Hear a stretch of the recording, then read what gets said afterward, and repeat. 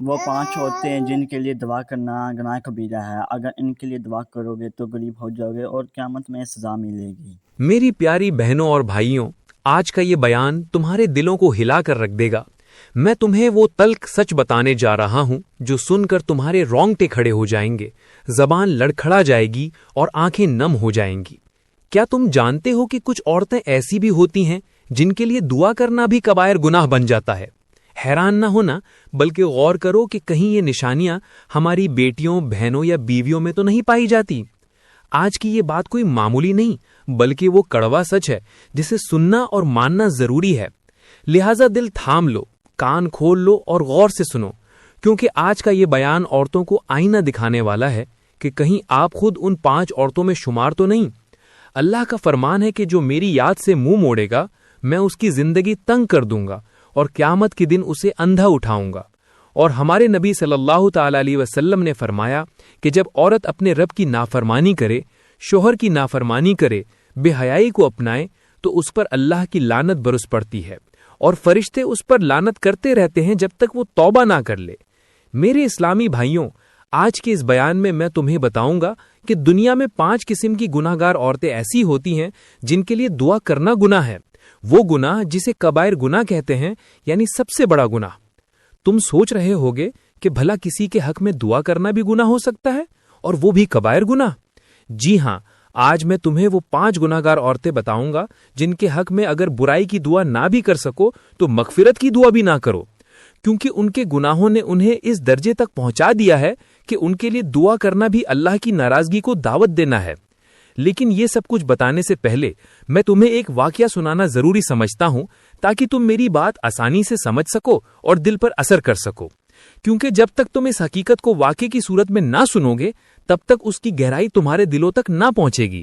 میں چاہتا ہوں کہ تم اس واقعے کو سن کر سوچو، سمجھو اور اپنی ماؤں، بہنوں، بیٹیوں کو ان 5 گناہوں سے روکو۔ وہ واقعہ کچھ یوں ہے کہ حضرت موسیٰ علیہ السلام کا زمانہ تھا، ہر طرف ان کے نام کی گونج تھی۔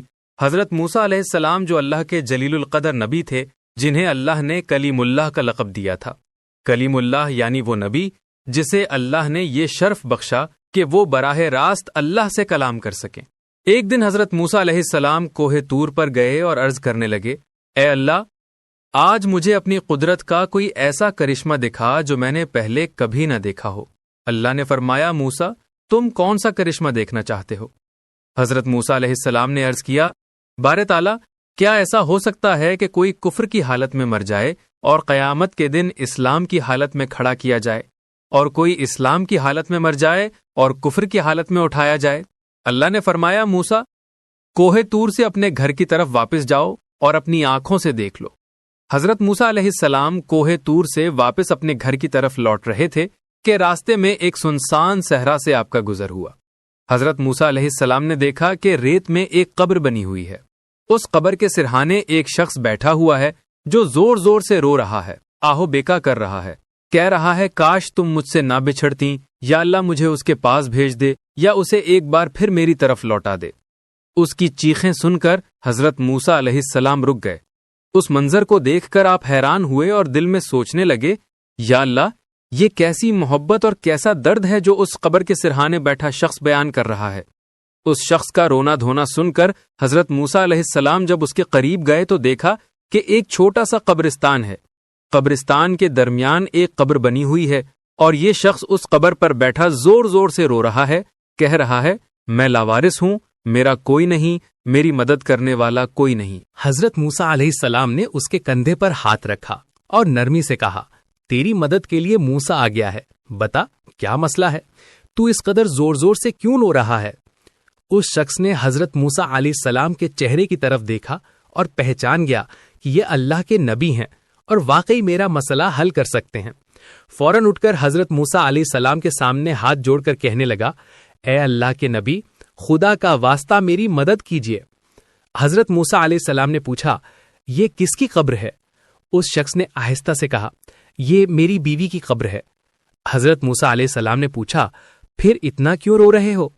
اس شخص نے کہا، حضرت میں اپنی بیوی سے بے پناہ محبت کرتا تھا، جیسے مچھلی کو پانی سے محبت ہوتی ہے ویسے ہی مجھے اپنی بیوی سے محبت تھی، اس کے بنا زندہ نہیں رہ سکتا تھا، لیکن اللہ کی مرضی ایسی ہوئی کہ میری بیوی کا انتقال ہو گیا۔ آج 20 دن ہو گئے ہیں کہ میں اس کی قبر پر بیٹھ کر روتے روتے اللہ سے دعا کر رہا ہوں، یا اللہ، یا تو مجھے میری بیوی کے پاس بھیج دے یا میری بیوی کو میرے پاس واپس لوٹا دے۔ حضرت موسیٰ علیہ السلام نے فرمایا، اے اللہ کے بندے، اگر تیری بیوی دوبارہ زندہ ہو کر تیرے پاس آ جائے تو پھر تو اپنے گھر کی طرف چلا جائے گا اور رونا دھونا بند کر دے گا نا؟ اس شخص نے کہا، حضرت پھر تو میں کبھی یہاں نہ رکوں گا، اپنی بیوی کو لے کر گھر چلا جاؤں گا اور ہمیشہ اللہ تعالیٰ کا شکر گزار رہوں گا۔ اب حضرت موسیٰ علیہ السلام نے 2 رکعت نماز پڑھی۔ نماز کے بعد قبر کے سرہانے کھڑے ہو گئے اور فرمایا، اے قبر میں سوئے ہوئے مردے، اللہ کے حکم سے زندہ اور صحیح سلامت قبر سے باہر نکل۔ اتنا کہنا تھا کہ اچانک قبر پھٹ گئی، اندر سے ایک حبشی سیاہ رنگت والا شخص مٹی جھاڑتا ہوا باہر نکلا۔ اس نے جیسے ہی حضرت موسیٰ علیہ السلام کو دیکھا تو بے خود ہو کر بول اٹھا، لا الہ الا اللہ موسیٰ کلیم اللہ، یعنی حضرت موسیٰ علیہ السلام کا کلمہ پڑھنے لگا۔ اگر ویڈیو اچھی لگی ہو تو سبسکرائب